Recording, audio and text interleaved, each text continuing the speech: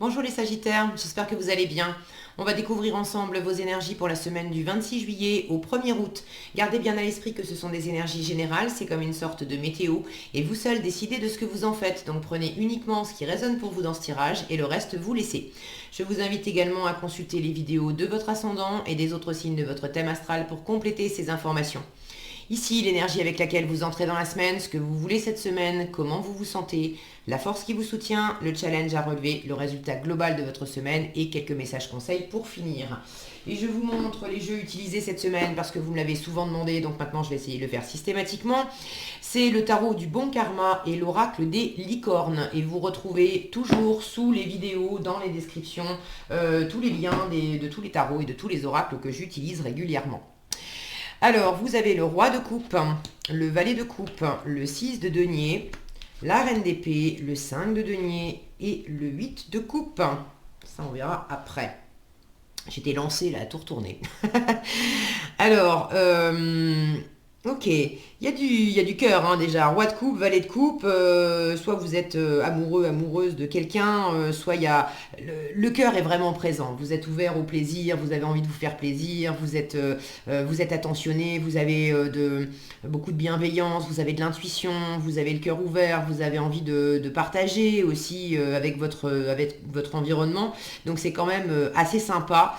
Et non seulement vous avez envie de partager, mais vous avez envie de plus, vous avez envie de mieux. C'est ce 8 de coupe, là, en résultat, qui m'en parle. Avec le 8 de coupe, on a déjà 8 coupes, ce qui est déjà très sympa et très agréable, mais c'est pas suffisant. On veut la 9e coupe, on veut la 10e coupe. La 9e coupe, c'est les vœux réalisés. Donc vous avez, il y a quelque chose là qui vous plaît, qui vous attire. Est-ce que c'est une personne? Est-ce que c'est un projet, une idée, une nouvelle façon d'être? Mais vous voulez du plus, vous voulez réaliser vos vœux, vous voulez le plein bonheur par vous-même, pour vous-même, et au-delà de ça, de vous être apporté tout ce dont vous avez besoin, d'avoir besoin de personne dans l'absolu pour être heureux, au-delà de ça, en plus, après, vous voulez le partager. Mais c'est une jolie énergie. Alors, vous entrez dans la semaine avec cette énergie de roi de coupe. Vous êtes très stable, très posé avec vos émotions, avec votre sensibilité. Le roi de coupe, il a beaucoup de compassion, beaucoup euh, de bienveillance, de stabilité en fait. Avec vis-à-vis de tout ce qu'il ressent, il n'est pas du tout déstabilisé par toutes ses émotions, par tous ses ressentis. Il n'est pas déstabilisé non plus par ce que lui envoie son environnement. Donc vous vous sentez bien, vous avez le cœur rempli, vous êtes heureux. Pour certains, certaines, vous êtes amoureux, amoureuse. Euh, vous inspirez... vous inspirez confiance, vous inspirez de la bienveillance. Vous n'êtes pas le roi de coupe, même s'il est amoureux, il n'est pas parti tout foufou à droite et à gauche, à sauter partout comme un jeune ado. Encore que vous aimeriez bien quand même avoir une petite étincelle adolescente là avec le cœur, mais vous êtes quand même très posé, très sage avec vos émotions et avec vos ressentis. Ce que vous voulez cette énergie de valet de coupe, c'est pour ça que je vous disais, lui, je le vois comme l'adolescent qui a son premier coup de cœur, alors il tombe amoureux, il est tout foufou, et puis en même temps, quand il est devant sa chérie, devant sa belle, il perd ses moyens, il bafouille, il devient tout rouge, il a les mains moites, bon. Et quelque part, vous aimeriez bien avoir ce petit côté là palpitant, les papillons dans le ventre et tout ça. Ça ne veut pas dire que vous les avez pas, mais vous l'accueillez quand même avec beaucoup de stabilité, beaucoup de sagesse. Vous avez à cœur que ça soit vraiment équilibré. Pour ceux qui sont amoureux, amoureuses, ou même pour ceux qui ont une envie d'un projet dans le travail, etc.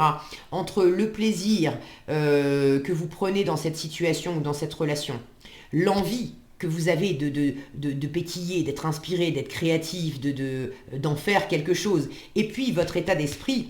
Là, l'état d'esprit, c'est ok, j'ai envie de laisser pétiller les choses, mais je veux que ça soit vraiment équilibré. Je veux un rapport gagnant-gagnant. Le 6 de denier, pardon, c'est vraiment le donner et le recevoir. C'est l'équilibre entre ce que je donne et ce que je reçois. Quand il est bien aspecté, le 6 de denier, on est vraiment dans un rapport gagnant-gagnant. On est dans les deniers aussi, donc on est dans le monde concret, matériel.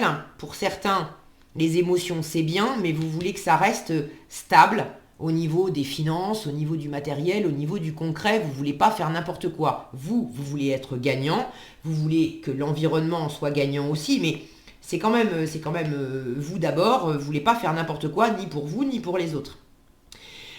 Pour ceux qui sont dans une situation uniquement amoureuse, émotionnelle, il y a aussi cette envie que ça soit d'être réaliste.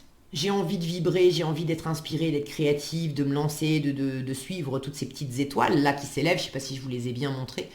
Regardez ce valet là qui regarde toutes ces petites étoiles qui s'élèvent dans ce nuage. Donc vous avez envie de suivre ces petites étincelles, mais vous gardez la tête sur les épaules et les pieds sur terre. Il n'est pas question de se laisser aller simplement à des envies, sans avoir ce côté mature, sage et posé qui est apporté par le roi de coupe.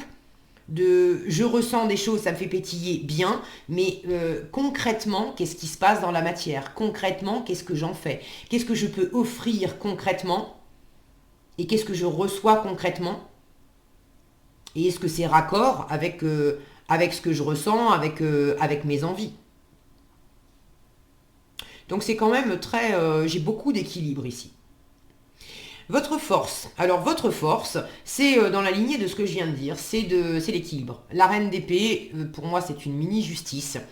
Vous avez du discernement, beaucoup de discernement. Privilégiez l'équilibre. La reine d'épée, elle cherche l'équilibre entre ce qui est juste, ce qui est faux, ce qui la nourrit, ce qui la nourrit pas, ce qui est en sa faveur, ce qui est en sa défaveur. Est-ce que vraiment c'est bien équilibré dans le donner et dans le recevoir? Donc votre force, c'est d'avoir cette perspicacité. La reine d'épée, on ne peut pas lui faire les choses à l'envers. Symboliquement, c'est une personne veuve ou divorcée. Donc c'est quelqu'un qui a connu des séparations, qui a connu des échecs, qui a connu des revers, qui a beaucoup de résilience, qui s'est redressé, qui ne s'est pas du tout laissé abattre et qui en a extrait beaucoup de discernement, beaucoup de sagesse, et qui sait se tourner vers le futur et faire des plans pour le futur en s'appuyant sur toute l'expérience et toute la sagesse qu'elle a tirée de ses précédentes expériences et notamment de celles qui n'ont pas fonctionné. Donc votre force, c'est d'avoir cette clarté d'esprit de ce que vous ressentez, de ce que ça implique vis-à-vis de l'autre, de ce que vous allez faire, de ce que l'autre vous envoie. Communiquez également, si vous avez envie, si vous avez des envies, si vous avez un crush là, un petit crush pour quelqu'un, ne restez pas dans votre coin. La reine d'épée, elle communique. Et quand la reine d'épée communique, elle ne fait pas des ronds de jambes pendant 3 heures, voilà, elle dit les choses, c'est clair, c'est net. Il ne s'agit pas non plus d'y aller comme un bourrin en disant bon, je t'aime et je veux faire ma vie avec toi et poum, c'est comme ça. Faut aussi arrondir les angles et trouver ce qui est équilibré dans ce que vous avez à offrir par rapport à ce que la personne est capable de recevoir et d'entendre en face. Mais privilégiez la communication, dites les choses. Si vous avez une décision à prendre, prenez-la. Si vous n'êtes pas sûr de vous en termes d'équilibre, prenez ce temps d'examen, de peser les choses. Exprimez-vous, d'accord ? Elle a beaucoup de confiance en elle aussi. Regardez cette attitude, là, la main posée calée sur la hanche. Soyez dans une attitude de vainqueur. Alors vainqueur, c'est pas le bon mot, mais une personne qui a de l'assurance, une personne qui sait, une personne qui a de l'expertise.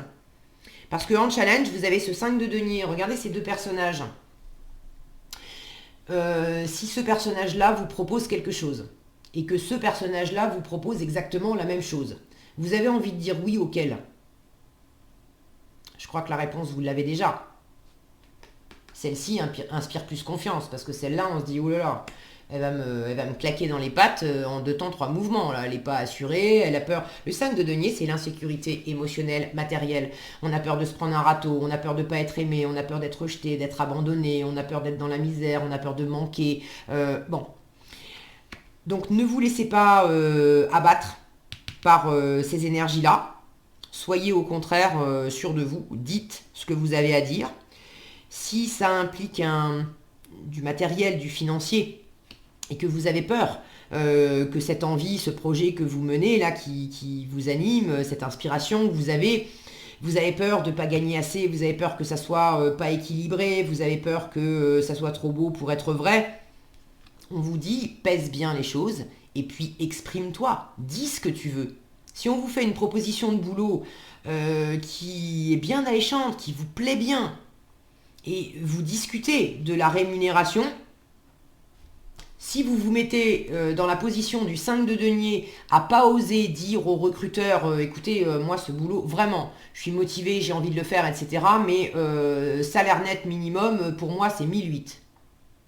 Si vous exprimez pas clairement les choses à la façon de la reine d'épée, si intérieurement, pour vous sentir en sécurité, vous avez besoin, je dis n'importe quoi, hein, d'un minimum net de 1008, et que le recruteur vous propose 1005, en fait, vous êtes resté dans cette énergie de 5 de denier, vous n'avez pas osé demander et ça vous a filé entre les doigts. Alors que si vous l'avez exprimé clairement, au mieux, le recruteur vous dit « Ok, vous les avez ». Et là, c'est tout bénéfice pour tout le monde est content. Et puis au pire, mais c'est pas le pire, au pire il vous dit non. Mais pour vous, c'est clair aussi. Vous n'êtes pas, du coup, vous pouvez prendre la décision de ne pas accepter et de chercher un job qui vous éclate autant et qui sera payé 1008. Mais ça sera aligné pour vous. D'accord ? En termes de communication, le 5 de denier vous dit exprime-toi. Si tu te sens pas bien, si tu as peur de manquer d'argent, de manquer d'amour, de manquer de reconnaissance, peu importe, le 5 de denier vous dit ne reste pas replié sur toi-même. Il y a toujours, sur les cartes du 5 de denier, une porte, une fenêtre, une maison qui est éclairée. Et cette carte vous invite à aller frapper à cette porte, à cette fenêtre, à cette maison, pour demander de l'aide, pour demander du soutien. Et en force, la reine d'épée, elle n'a pas peur de dire les choses. Elle n'a pas peur de demander. Elle n'a pas peur d'exprimer ses revendications. De montrer la direction. Il y a quand même une énergie là c'est une reine. C'est pas un sous-fifre. Donc, montrez qui vous êtes, ce que vous voulez, montrez la direction que vous voulez que ça prenne. Après, il ne s'agit pas d'imposer, mais montrez clairement la direction que vous souhaitez que ça prenne. Et puis après, vous verrez aussi concrètement qu'est-ce que l'entourage, l'extérieur, vous renvoie. C'est possible, super, on profite. C'est pas possible, et ben dans l'absolu, super aussi, parce que ça me permet de pouvoir aussi tourner les talons et d'aller chercher le plus auquel j'aspire ailleurs. Si c'est pas toi qui va me le donner, ça sera quelqu'un d'autre. Mais au moins, c'est aligné avec qui je suis et ce que je veux. D'accord ? Quand je dis demander de l'aide, ça peut être un peu challengeant pour vous de demander de l'aide. C'est pas nécessairement j'ai besoin d'argent. Pour certains, oui, hein, ça peut être d'aller demander un prêt, de demander un coup de main, j'en sais rien. Moi, vous déménagez et puis vous avez personne pour, vous n'avez pas de camion, vous aimeriez trouver une solution qui vous coûte pas trop cher, et si vous pouviez trouver quelqu'un qui vous prête un camion, ça serait moins cher que de le louer dans une société spécialisée. Là encore, dites-le, c'est pas en restant dans votre coin en vous disant oh là là là, mais ça va me coûter hyper cher et tout, je vais m'en tirer pour tant. Vous avez décroché votre téléphone, vous avez demandé à droite à gauche, vous avez appelé des copains pour dire tu connaîtrais pas toi quelqu'un qui pourrait me donner un coup de main pour déménager, qui pourrait me prêter un camion, bref. Vraiment, ouvrez-vous, faites-le, ne restez pas dans votre coin, ok ? Si inversement, ce 5 de denier, c'est pas vous, mais c'est quelqu'un dans votre entourage, peut-être amoureusement, peut-être professionnellement, mais vous avez envie de partager quelque chose avec quelqu'un, et cette personne, elle est constamment elle est frieuse, elle a peur. Ne vous laissez pas gagner par cette peur. Ne cherchez pas non plus à sauver l'autre, c'est pas le propos. En revanche, soyez inspirant pour l'autre. Donnez le ton, donnez la direction. Il ne s'agit pas de décider à la place de l'autre, il ne s'agit pas de faire à la place de l'autre. Il faut quand même rester dans un juste équilibre. Mais peut-être que vous avez quelqu'un là dans une situation qui ne sera pas en mesure de prendre la décision, de faire le premier pas, et qui va attendre dans son coin que vous fassiez le premier pas. Alors faites-le. Et si cette personne avec laquelle vous voulez partager des choses, développer quelque chose, si vraiment vous sentez que C'est quelqu'un qui, de toute façon, voit toujours le verre à moitié vide, a toujours l'impression que ça va se casser la figure, qu'on va pas y arriver, que cette affaire professionnelle, ça va pas nous rapporter, ça va se casser la tête. Bref, à ce moment-là, tournez les talons et puis allez chercher mieux ailleurs. Prenez la décision. Qu'est-ce qui est équilibré pour moi? Est-ce qu'effectivement, c'est équilibré de rester avec ce type de personne dans mon entourage alors que j'ai des projets plein la tête, j'ai des envies, il y a une envie de développer quelque chose. Si vous avez quelqu'un qui vous bride sans arrêt, à vous miner le moral et à vous dire que non, vous ne méritez pas, vous n'allez pas y arriver, que elle se le sent pas, etc. Bon, là, il s'agit peut-être aussi d'examiner les choses posément, clairement, et de peut-être prendre la décision et de dire, écoute, ce partenariat, c'est pas avec toi que je vais le faire. Et je vais aller chercher ma 9e coupe, ma 10e coupe ailleurs. C'était sympa ce qu'on a partagé, mais moi j'ai envie de plus, j'ai envie de, voilà, il y a quelque chose qui vous anime, vous avez envie d'aller de l'avant. Donc ne vous laissez pas freiner ni par vos propres insécurités, ni par celles des autres. Soit vous arrivez à être suffisamment inspirant pour vous-même et pour l'entourage, pour que ça soit motivant pour tout le monde. Tout le monde, c'est gagnant-gagnant pour tout le monde, et du coup ça permet, vous d'abord, mais par extension les autres aussi, de montrer le chemin pour aller chercher plus, mieux, plus grand, plus agréable la réalisation des vœux. Soit vous sentez que c'est pas possible, vous n'arrivez pas à inspirer l'environnement, c'est pas la peine de chercher, ça marche pas, et à ce moment-là, il s'agit, vous, de peut-être prendre la décision de faire autrement avec quelqu'un d'autre, de prendre une autre direction pour du mieux, pour vous. Et vous rencontrerez les bonnes personnes sur ce chemin-là. Est-ce que j'ai autre chose ?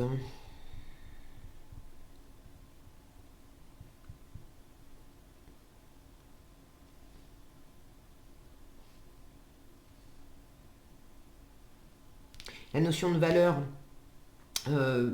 intérieure, hein, la valeur que vous vous accordez à vous-même, que vous accordez aux gens, que vous accordez aux choses, et également la valeur que les autres vous accordent à vous.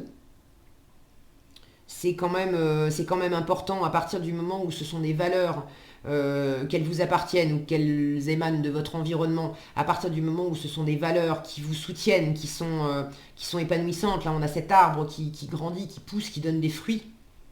À partir du moment où on en récolte des choses, ok, gardez-les. Mais là, il s'agit peut-être aussi de faire cet examen avec discernement, de sentir où est-ce que c'est porteur, où est-ce que c'est des valeurs qui soutiennent, qui ouvrent des possibilités, qui amènent vers du mieux, et où est-ce que ce sont des valeurs qui, au contraire, sont dans le manque, à tirer vers le bas, à être dans le pessimisme, à se limiter. Et ça, il s'agit de le laisser derrière vous. Ok, qu'est-ce qu'on a ici? La polarité et le chef. Ah, le chef, c'est voilà, cette énergie, je vous disais, montrer l'exemple avec la reine d'épée. Le chef, assumez d'être le chef, partagez votre message, je vous disais communiquez aussi, cette reine d'épée, elle communique clairement. Partagez votre message, soyez une source d'inspiration et un modèle pour les autres.